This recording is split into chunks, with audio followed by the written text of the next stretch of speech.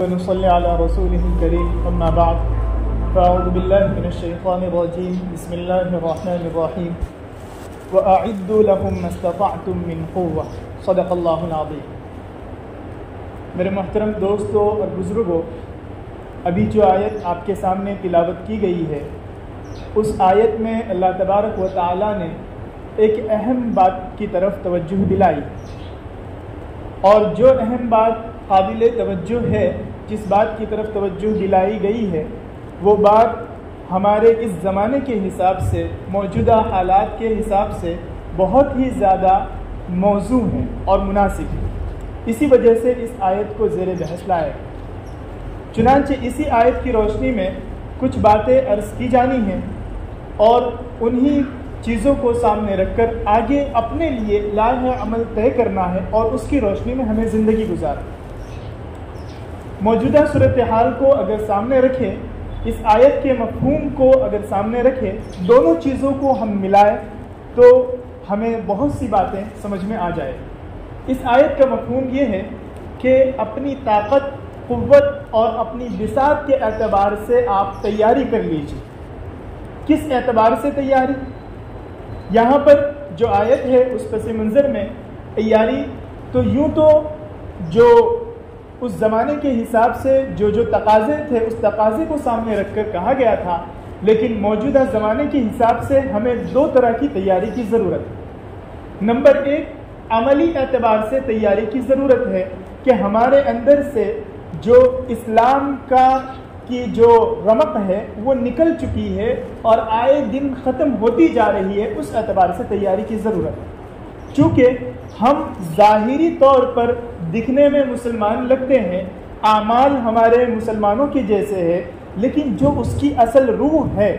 خالص اللہ کے لیے اپنی عبادت کو کرنا، ریاکاری، دکھلاوا، نام و نمود، شہرت اور یہ سب چیزیں اس سے ہٹ کر ہو، اس میں ملی ہوئی نہ ہو، خالص اللہ کے لیے عبادت کرنا، یہ سب چیزیں ہمارے اندر نہیں پائی جاتی۔ یہی ہماری نماز کی صورتحال دیکھی جائے تو ان میں بھی یہی ہوتا ہے کہ ہمارا ذہن و دماغ، ہم ظاہری طور پر تو یوں نیت باندھ کر کھڑے رہتے ہیں، لیکن ہمارے دماغ میں جو خیالات آتے ہیں وہ ادھر ادھر کے آتے ہیں، الگ الگ طرح ہمارے دماغ مائل ہوتے ہیں۔ اس طرح تیاری کرنے کی ضرورت ہے، ان تعبد اللہ کأنک تراہ، کہ آپ عبادت کریں اللہ تبارک و تعالیٰ کی اس طرح، یوں سمجھے کہ اللہ تعالیٰ آپ کو دیکھ رہے ہیں۔ ہم جب نماز پڑھنے کے لیے کھڑے ہو تو ہم یوں سمجھے کہ اللہ تعالیٰ ہمیں دیکھ رہے ہیں، ہم اللہ کے سامنے کھڑے ہیں۔ جب اس کا استحضار ہمارے اندر آ جائے گا تو ایسی صورت میں ہمارے جو خیالات تھے ادھر ادھر کے وہ درست ہو جائیں گے۔ تو ایک تو اس اعتبار سے تیاری کی ضرورت ہے، اور دوسرے موجودہ حالات کے جو تقاضے ہیں، ان تقاضے کو سامنے رکھتے ہوئے ہمیں اس پر لبیک کہنے کی ضرورت ہے۔ موجودہ دور میں جس طرح کی صورتحال ہے، تقریباً کچھ سالوں سے نفسیاتی جنگ ہمارے اوپر مسلط ہے۔ نفسیاتی جنگ ایسی مسلط ہے کہ ہمارے بچے، نوجوان، بوڑھے، ہر طرح کے لوگ اس کی زد میں آ چکے ہیں۔ وہ نفسیاتی جنگ کا حربہ یہ ہے کہ ایک معاملہ اگر اٹھا ہے اور آپ اس کو سولو کرنے کی کوشش کر رہے ہیں، کچھ لوگوں کی پیروی لگا رہے ہیں، تو آپ کو اگر اس مدعا سے ہٹانا ہے تو دوسرا معاملہ فوراً اس کے مقابلے میں کھڑا کر دیا جائے۔ اب انسان ذہنی طور پر کشمکش میں مبتلا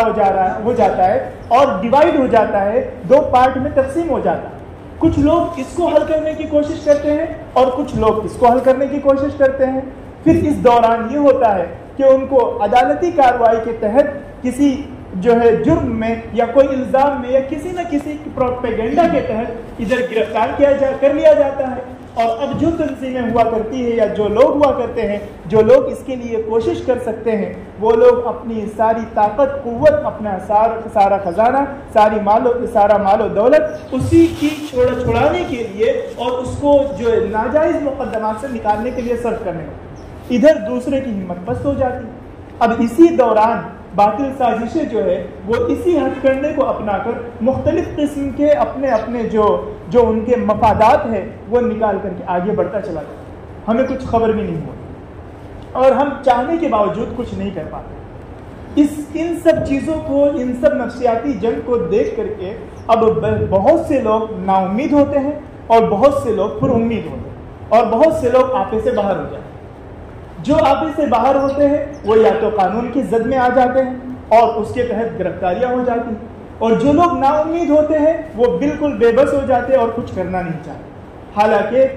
جو نا امید بھی نہیں ہونا ہے اور بالکل آپے سے باہر بھی نہیں ہونا۔ ہمارے سامنے ہم جس ملک میں رہتے ہیں اس ملک کے قوانین بھی قابل قدر ہے، اس ملک کے قوانین کو بھی سامنے رکھ کر ہمیں چلنا، اور ساتھ ہی ساتھ ہم جس اسلامی مذہب کو فالو کرتے ہیں، اسلامی مذہب کو مانتے ہیں، اسلام کا جو قانون ہے اس کو بھی سامنے رکھنا۔ ہمیں دونوں چیزوں کو ساتھ میں لے کر چلنے کی ضرورت ہے،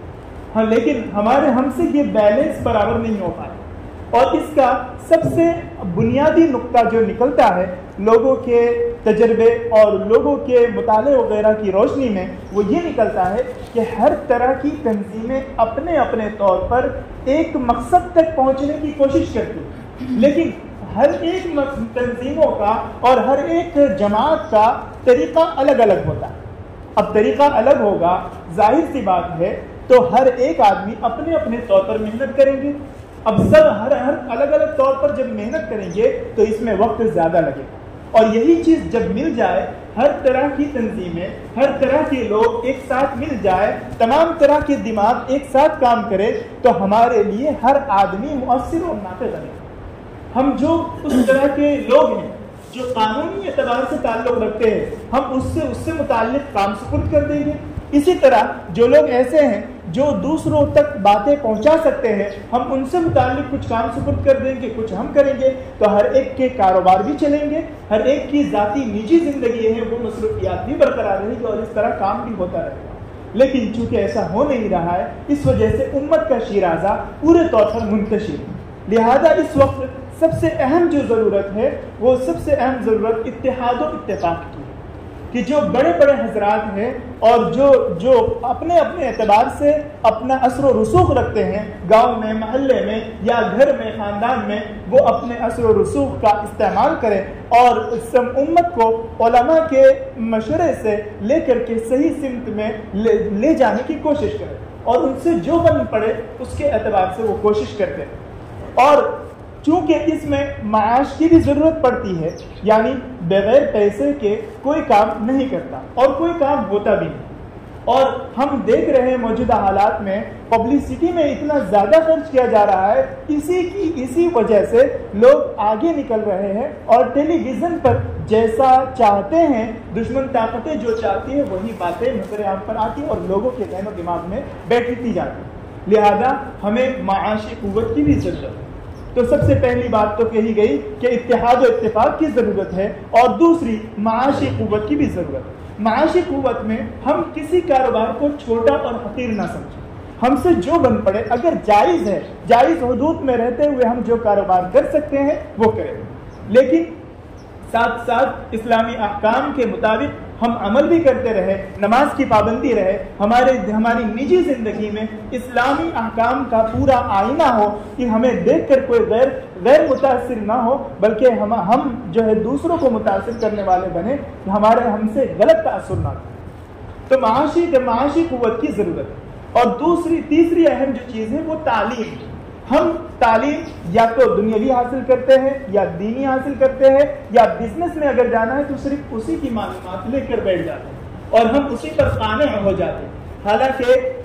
جب ہم کوئی کسی چیز کی ضرورت پڑتی ہے، کوئی چیز نہیں سمجھ میں آتی ہے، تو دوسرے سے پوچھنے جاتے ہیں کہ کیا میسج لکھا ہوا ہے، اس کا مطلب کیا ہے، یہ نوٹس آئی ہے، اس کا مطلب کیا ہے۔ تو جب دنیاوی ضرورت میں آپ دوسروں سے پوچھتے ہیں، اپنے ضرورت کی معلومات حاصل کرتے ہیں، تو دینی ضرورت میں بھی آپ ان چیزوں کو حاصل کریں جو آپ کی لائف میں جس کی ضرورت پڑتی، ان چیزوں کو بھی آپ سیکھیں،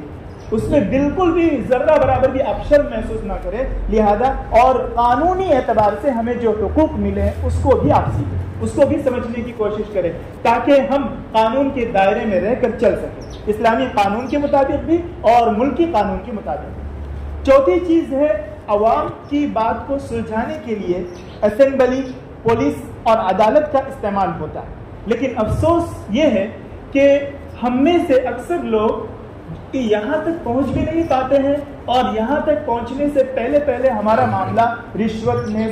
سود میں اور یہ سب میں چلا جاتا ہے، پڑا رہتا ہے، پینڈنگ میں فائل پڑی رہتی ہے، اور ہمارا کوئی معاملہ حل نہیں ہوتا۔ لہذا اس وجہ سے ہمیں اس کی بھی ضرورت ہے کہ قانونی اعتبار سے ہمیں جو حقوق ملتے ہیں، جس طرح پیروی کی جانی ہے، اس طریقے کو ہم میں سے کچھ لوگ جو ذمہ داران قسم کے وہ سیکھے اور دوسروں کو صلاح دے کہ آپ اس طرح کریں گے تو آپ کا فائدہ ہے۔ اس سے تھوڑا وقت جائے گا لیکن اس بیچارے کی پوری زندگی، پوری لائف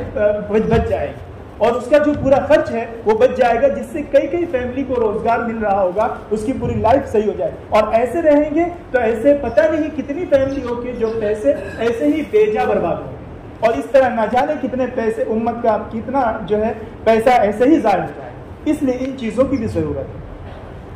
اور سیاسی قوت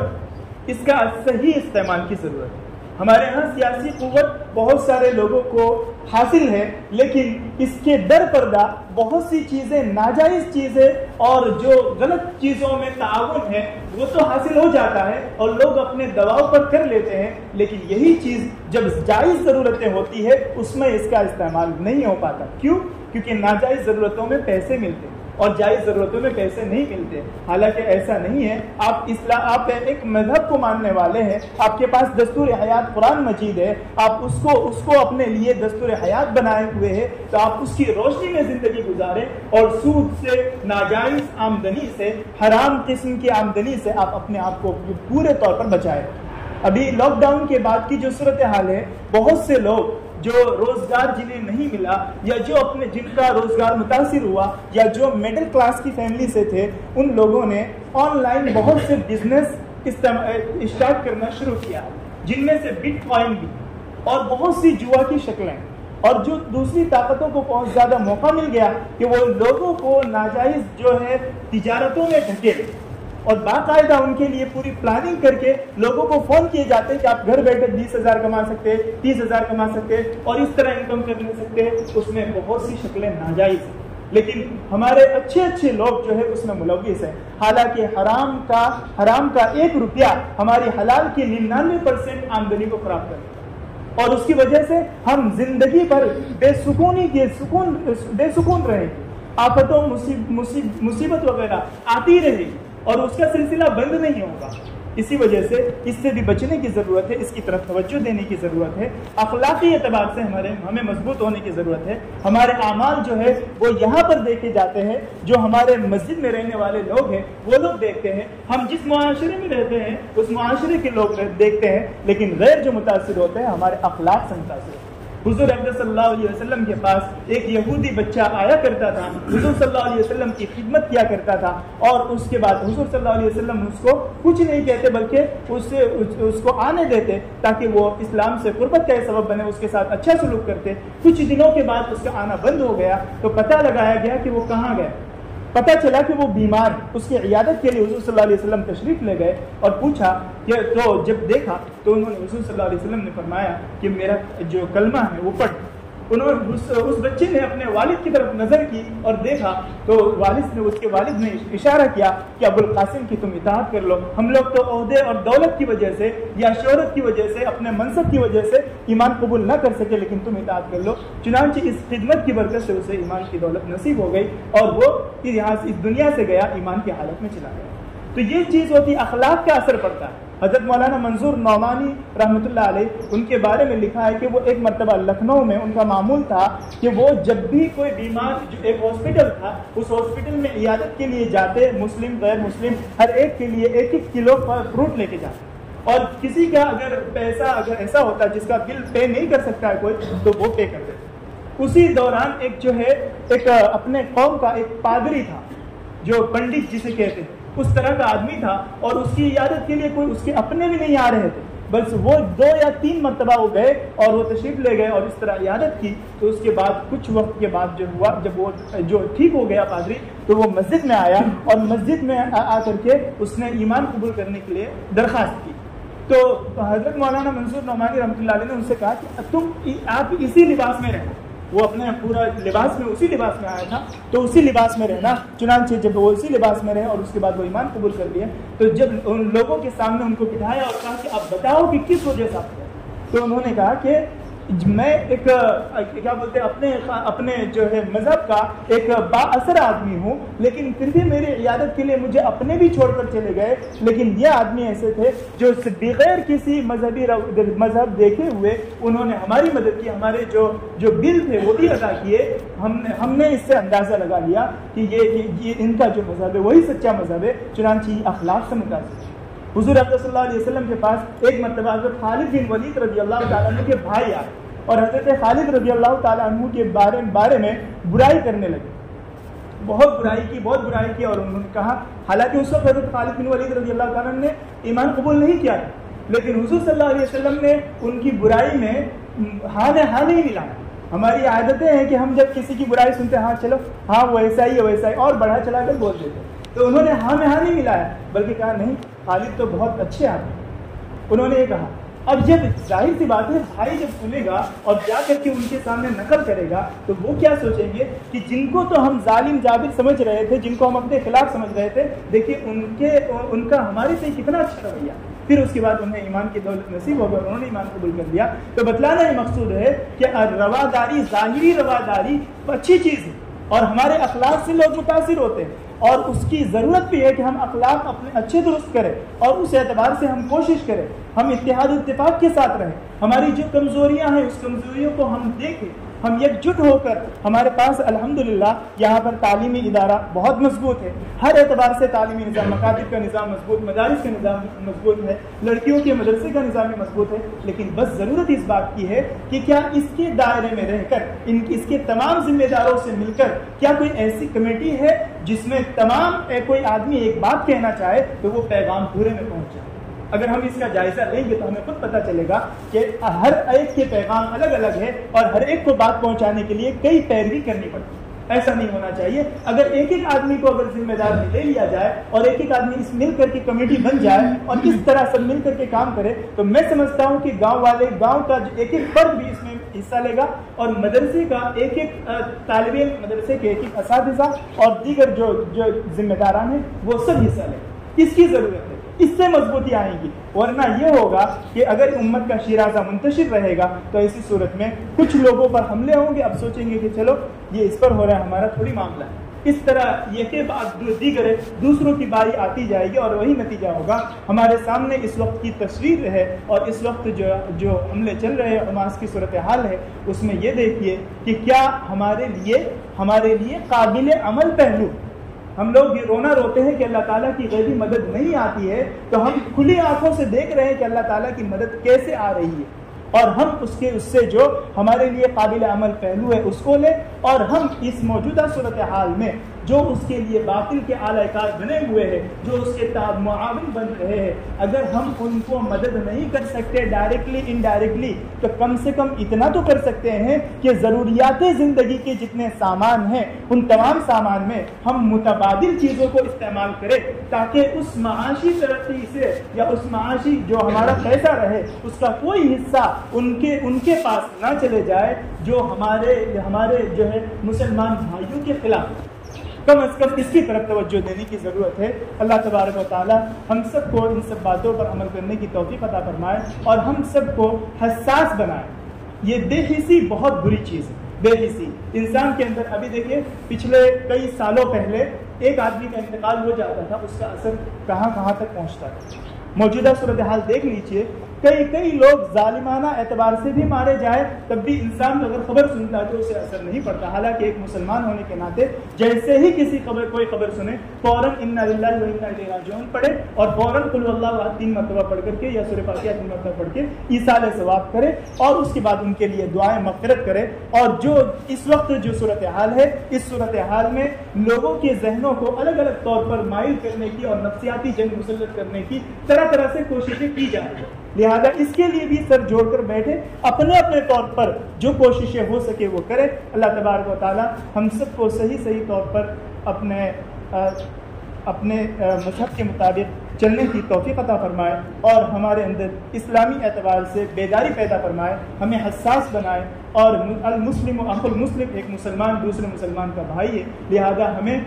دوسروں کا درد، دوسرے بھائیوں کا درد ہمارا اپنا درد ہے، ہم اسے اپنا درد سمجھنے والے بنیں۔ اللہ تعالیٰ ہمیں ایسا بنا دے کہ ہم اس طرح ایک دوسرے بھائیوں کے درد کو سمجھ کر ہم ایک دوسرے کو لے کر چلے، اور اللہ تبارک و تعالیٰ ہمارے آپسی اختلاف کو پورے طور پر ختم فرما اور باطل کی سازشوں کو پورے طور پر نیست و نابود فرمائے، اور ہمیں ایمان پر ثابت قدم رہنے کی توفیق عطا فرمائے۔ آمین۔ وآخر دعوانا الحمد للہ۔